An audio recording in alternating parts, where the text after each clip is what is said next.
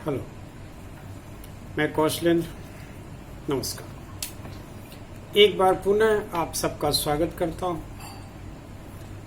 और आशा करता हूं कि ये छोटी सी जानकारी आपके लिए रुचिकर होगी।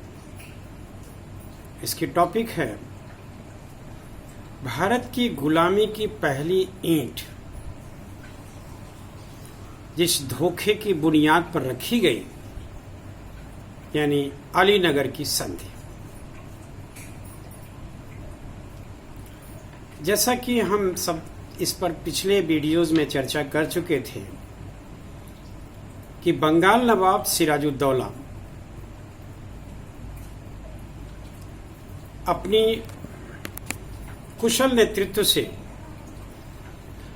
कलकत्ता पर अधिकार कर लिया था, जिसे अपमानित करने के लिए हॉलवेल ने एक साजिश भी रची। इसको ब्लैक होल यानी काल कोठरी की घटना भी कहा गया। उसके बाद अगस्त 56 तक उसने अपनी ताकत और बढ़ा ली। सिराजुद्दौला अंततः अक्टूबर 1756 में मनिहारी के युद्ध में अपने बहुत प्रबल दुश्मन यानी कि विरोधी पूर्णिया के नवाब को शौकत अली को पराजित कर मार डाला था। इस उभरते हुए सितारे के लिए अंग्रेज खतरा थे। इसी दौरान जब कलकत्ता छिन गया तो दक्षिण भारत में जो कि कर्नाटक युद्ध चल रहा था, तो वहां से क्लाइव और वाटसन, क्लाइव के नेतृत्व में स्थल सेना और वाटसन के नेतृत्व में जल सेना की एक टुकड़ी कलकत्ता के लिए चल पड़ा।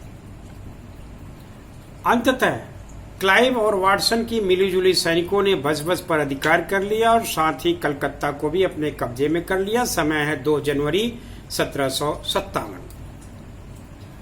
पुनः 2 जनवरी 1757 को जब कलकत्ता अंग्रेजों के कब्जे में चला गया तो सिराजुद्दौला पर दोहरी दबाव पड़ी। पहली तो ये कि उसके आंतरिक शत्रु बहुत बढ़ गए थे, उसके गृह कलह बहुत बढ़ गए थे, और दूसरी है कि बाहरी दुश्मन आक्रामक हो चुके थे। ऐसी स्थिति में अंग्रेजों की बात यानी कि अलीनगर की संधि के लिए वह सहज तैयार हो जाता है।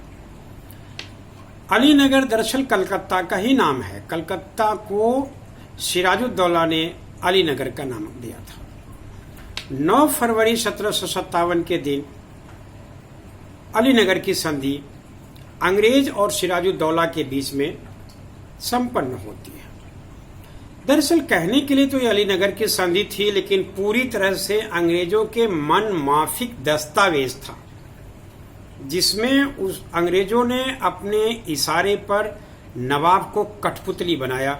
समय है 9 फरवरी 1757, यानी प्लासी युद्ध के पहले की घटना है। इसमें उन्होंने सारे शर्तें, अंग्रेजों ने अपनी सारी शर्तों को मनवा लिया। सारी जितनी उन पर पाबंदियां थी सबको हटा दिया गया। अब कलकत्ते की किलेबंदी का भी अधिकार उन्होंने इस संधि के माध्यम से ले लिया, और अंग्रेजों ने टकसाल खोलने का भी अधिकार ले लिया, सिक्का ढालने का भी अधिकार ले लिया।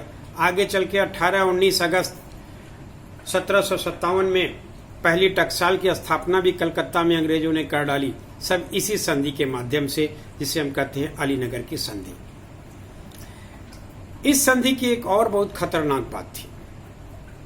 इसी संधि के द्वारा अंग्रेजों ने यह भी शर्त रखा कि चंद्रनगर से फ्रांसीसियों को बाहर निकाल दिया जाए, क्योंकि फ्रांसीसी चंद्रनगर में यदि रहेंगे तो अंग्रेजों के कट्टर दुश्मन और प्रतिद्वंदी रहेंगे। ऐसे अंग्रेजों को बराबर खतरा रहेगा, जैसा कि दक्षिण भारत में था।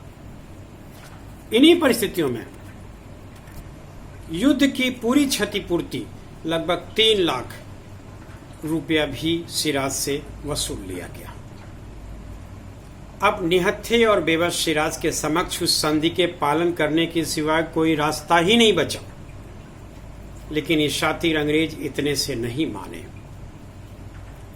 ऐसे में कमजोर कड़ी कौन थे, जिसे सिराज ने अपने घर में नाराज कर रखा था?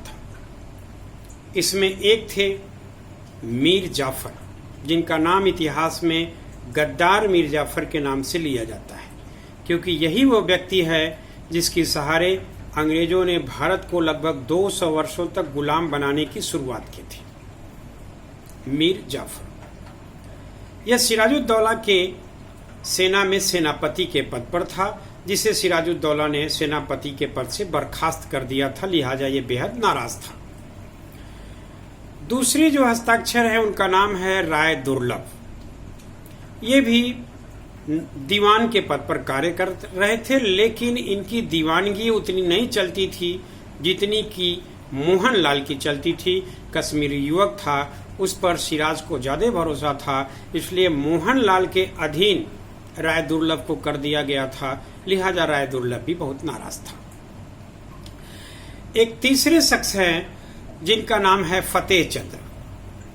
फतेह चंद्र को मोहम्मद साहब ने, जिसको हम कहेंगे मुगल बादशाह ने, जगत सेठ की उपाधि दी थी, इसलिए इतिहास में इनको जगत सेठ ही जाना जाता है फतेह चंद्र को। और जगत सेठ एक व्यापारी था, इसे भी अपमानित किए थे सिराज अपने दरबार में, ये भी दुश्मन बना था।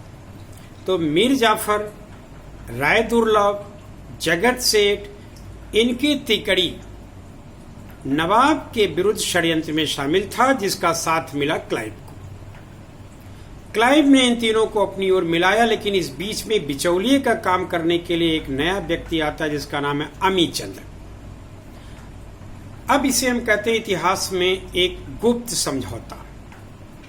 अमी चंद्र और इन विरोधियों के बीच में एक समझौता होता है, यानी मीर जाफर और क्लाइव के बीच एक समझौता कराने में अमी चंद सफल होता है, जिसमें तय होता है कि एक छद्म युद्ध रचा जाए और उस युद्ध में नवाब की हत्या कर दी जाए और मीर जाफर को बंगाल के नवाब बना दी जाए। सबकी कुछ न कुछ हिस्सेदारी तय हो गई और सभी इससे सहमत हो गए।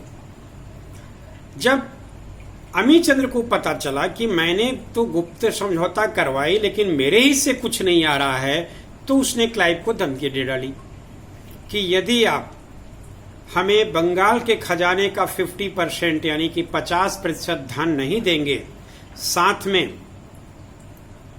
हमें यदि आप 30 लाख रुपया तत्काल नहीं देंगे, तो सारे षड्यंत्र की जानकारी हम जाकर के नवाब सिराज को बता देंगे। इससे क्लाइव घबरा गया और उसने अमी चंद्र को रोकने के लिए एक लिखित दस्तावेज तैयार किया। उस दस्तावेज पर वाटसन ने हस्ताक्षर नहीं किया, तो क्लाइव की शैतानी दिमाग ने दो तरह का दस्तावेज तैयार कराया, एक लाल रंग का, एक सफेद रंग का। जो सफेद रंग का दस्तावेज था वो ओरिजिनल था। आज भी उसी की नकल होती है भारत में कि जितने सरकारी दस्तावेज होते हैं व्हाइट पेपर पर बनाए जाते हैं। तो व्हाइट पेपर का दस्तावेज ओरिजिनल था और रेड पेपर का दस्तावेज फर्जी था। और रेड पेपर के दस्तावेज पर क्लाइव ने वाटसन की फर्जी हस्ताक्षर बनाकर अमी चंद्र को पकड़ा दिया, जिसमें 30 लाख रुपए देने की भी बात की गई और सरकार के यानी नवाब के खजाने से आधी रकम यानी 50% देने की भी बात की गई। जो जो अमी चंद्र कहा सब देने की बात कर दी गई। ये फर्जी दस्तावेज था।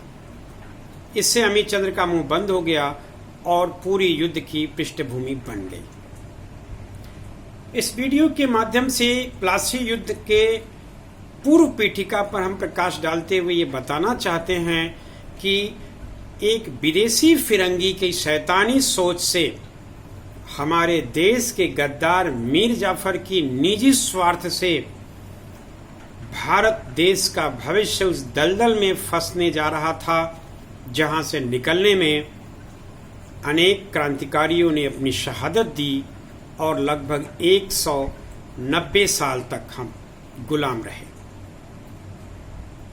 इसलिए छोटी छोटी गलतियां बाद में बारूद बन जाती हैं। इतिहास की इसी पृष्ठभूमि को इशारा करते हुए हम एक चीज और कहना चाहेंगे कि कभी भी घर की समस्याओं को सुलझाने के लिए अगर बाहर की मदद ली जाए तो तमाशा और समस्या और बढ़ती है, सुलझती नहीं है।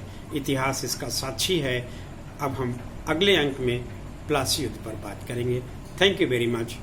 नमस्कार।